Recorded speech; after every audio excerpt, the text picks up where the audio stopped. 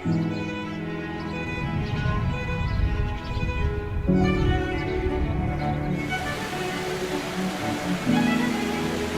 warahmatullahi wabarakatuh. Waalaikumsalam.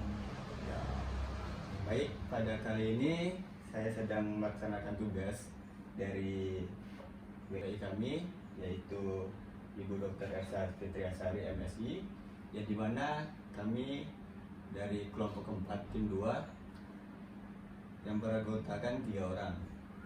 Saya sendiri namanya Andika Prasetyo Nugroho, teman saya yang kedua yaitu Dr. Nisa Kinanti, dan yang ketiga Irfan Astia Wirayuda. Jadi pada kali ini saya melaksanakan tugas pada agenda 1, yaitu membuat podcast yang bertemakan bela negara. Di sini sudah ada narasumbernya, yaitu Bapak Widodo. Ya, Bapak Widodo, sebenarnya bela negara itu terlihat dalam bentuk apa sih di kehidupan ASN dalam sehari-hari? bela negara terhadap kehidupan ASN sehari-hari adalah selaku aparatur sipil negara diharapkan dalam menjalankan tugasnya tidak bertentangan dengan aturan-aturan yang ada di dalam pemerintahan. Apabila ada aturan-aturan yang dilaksanakan oleh ASN yang bertentangan dengan perundang-undangan, sebagai ASN, sesama ASN bisa mengingatkan terhadap kawannya maupun rekan kerjanya untuk meninggalkan kegiatan-kegiatan yang bertentangan dengan aturan pemerintah.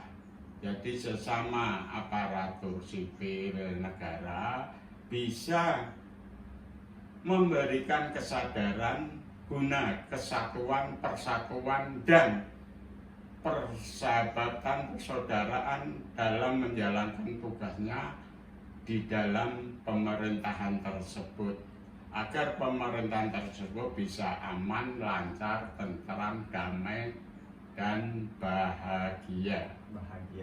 Oh gitu. Jadi sesama ASN kita tuh harus saling mengingati ke kawan-kawan kita sendiri maupun diri kita sendiri gitu, agar apapun yang kita lakuin itu tidak menyeleweng gitu ya Pak. Apapun yang kita kerjain itu harus sesuai dengan aturan yang berlaku gitu. Itu salah satu cara kita untuk bersikap membela negara. Terus Pak, ini ada pertanyaan dari Dr. Nisa nih.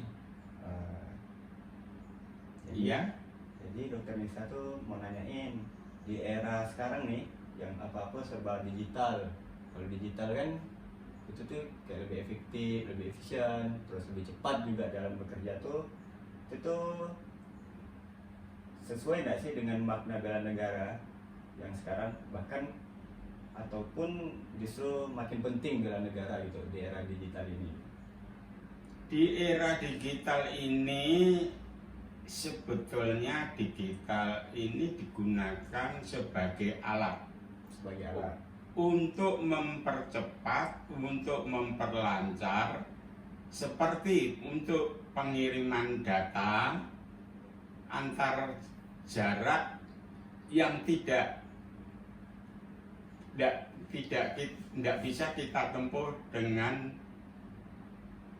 perorangan. Jadi untuk mempercepat pengiriman antar jarak yang cukup jauh, dan data tersebut itu perlu dikaji kembali sampai sejauh mana perkembangan data itu, ada kebenaran atau tidak. Apabila data itu hanya istilahnya kosong, katakanlah data-data itu tidak benar, hanya buat gitu aja, itu perlu di pending atau ditunda dulu, kecuali data itu sangat merugikan seseorang atau pemerintah atau apapun yang sifatnya negatif itu perlu adanya mempertahankan data tersebut agar data tersebut yang mempunyai sifat betul dan ada kebenarannya serta sesuai dengan kenyataan itu perlu dipertahankan. Artinya apa? Data itu bisa dilaksanakan dengan baik dan disimpan dengan baik sebagai barang bukti. Namun apabila datanya itu tidak akurat, cukup disimpan saja. Jadi lebih diutamakan data-data yang akurat, tepat, mantap, benar, dan tidak menyimpang dengan aturan. Jadi di era digital ini sangat membantu lah ya Pak. Iya, betul. Sangat mempercepat penyampaian informasi baik antar daerah, negara maupun informasi yang jarak yang sangat sulit ditempuh. Terdorong dengan adanya seperti sinyal-sinyal yang daerahnya memiliki sinyal yang lancar. Mungkin kita bisa ambil contoh di era digital ini, misalkan khususnya tentara yang menjaga perbatasan antar negara gitu. Iya. Dengan adanya era digital ini, kita tuh bisa ngasih tahu informasi ke pusat bahwa di perbatasan tuh ada masalah gini. Dengan adanya digital ini, yang dimana bikin efektif, lebih cepat, jadi informasi itu cepat nyampai ke pusat gitu. Jadi kan sangat membantu dalam bersikap membela negara gitu. Nah, tadi kita habis bahas di hal militer nih. Jadi ada pertanyaan ketiga, ini pertanyaan dari Irfan Asria Wirayuda Pak. Jadi masyarakat umum tuh masih banyak berpikir bahwa sikap bela negara tuh urusannya dengan militer, apa-apa tuh membawa senjata gitu. Padahal membela negara tuh bukan cuma kayak gitu ya Pak. Iya. Mungkin dengan cara kita belajar sungguh-sungguh, jadi pada saat kita belajar terus kita dapat ilmunya, kita tuh bisa menerapkan di negeri ini gitu. Jadi kita bisa membangun atau mengembangkan SDM maupun SDA yang berlimpah di negeri ini agar kita bisa mengolah lebih baik lagi gitu. Seperti untuk mempertahankan daerah perbatasan, informasi tersebut bisa dikirimkan melalui alat-alat digital. Nah, informasi itu yang dikirimkan itu sampai sejauh mana bobotnya kebenaran informasi tersebut. Apabila informasi itu yang dikirimkan melalui alat digital seperti dalam pertahanan wilayah, seperti Laut Cina Selatan yang terkenal bahwa laut tersebut banyak ikannya. Lah, ikan-ikan itu yang sesuai dengan namanya itu Laut Cina Selatan. Pada umumnya para nelayan ini maupun para pencari ikan yang lain, mereka tidak memiliki titik koordinat wilayah. Kemudian para nelayan misalkan Laut Cina Selatan, para nelayan yang ada di Laut Cina Selatan itu misalkan yang ada di negara Cina, mereka melakukan penangkapan ikan di wilayah Laut Cina Selatan. Sedangkan Laut Cina Selatan itu adalah merupakan wilayah laut punya Indonesia. Selaku aparat pemerintah maupun angkatan laut perlu adanya pembelaan terhadap negaranya bahwa Angkatan Laut melarang maupun pegawai negeri di sipil, terutama di sektor kementerian-kementerian kelautan maupun perikanan, agar mempertahankan pembelaan negara seutuhnya guna laut di daerah Cina Selatan sana ikannya tidak dilakukan pencurian yang dilakukan oleh nelayan-nelayan Cina. Cukup nelayan-nelayan yang ada di negara Indonesia yang diperbolehkan untuk menangkap ikan-ikan yang berada di Laut Cina Selatan.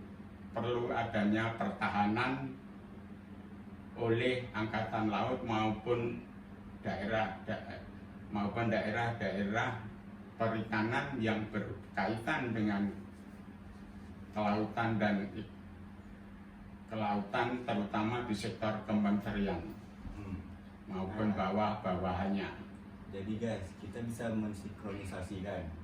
Nah, di saat kita melaksanakan pendidikan dan kita mendapatkan ilmunya, kita tuh bisa juga membantu para nelayan maupun angkatan militer, khususnya di mata laut tadi yang baru kita bahas. Dengan kita punya ilmu itu, kita tuh bisa buat teknologi untuk mengamankan zona laut kita.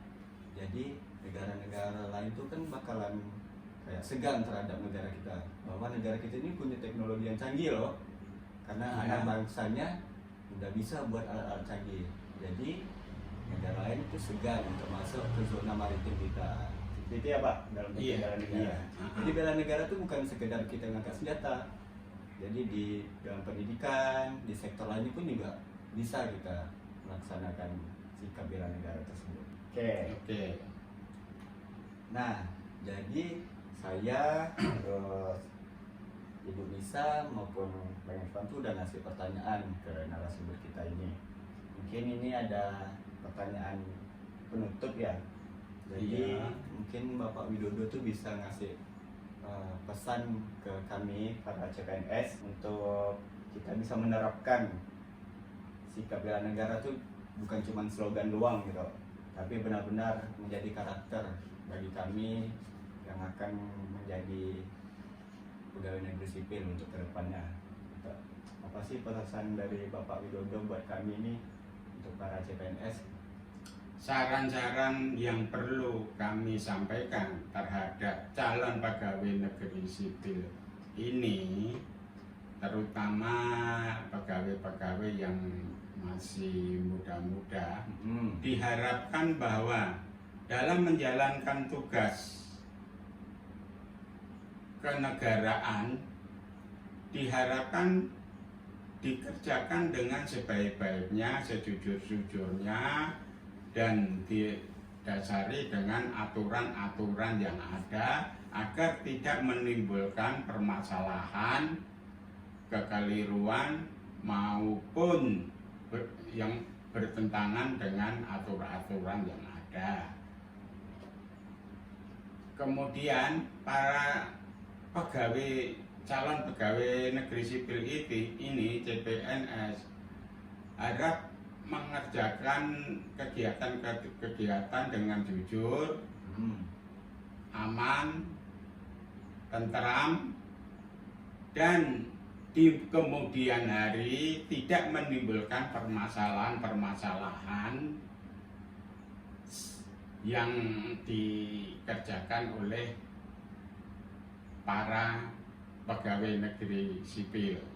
Untuk itu haraplah berhati-hati dalam menjalankan tugas sehari-hariannya. Berarti balik ke diri kita sendiri guys. Karakter ini harus menjadi integritas bagi kita yang masih muda-muda ini. Karena kita lah nanti akan menjadi penerus untuk memajukan bangsa Indonesia ini. Sudah Pak? Iya. Sekian podcast kami tentang bela negara. Kami ucapkan terima kasih. Wassalamualaikum warahmatullahi wabarakatuh. Waalaikumsalam. Dadah.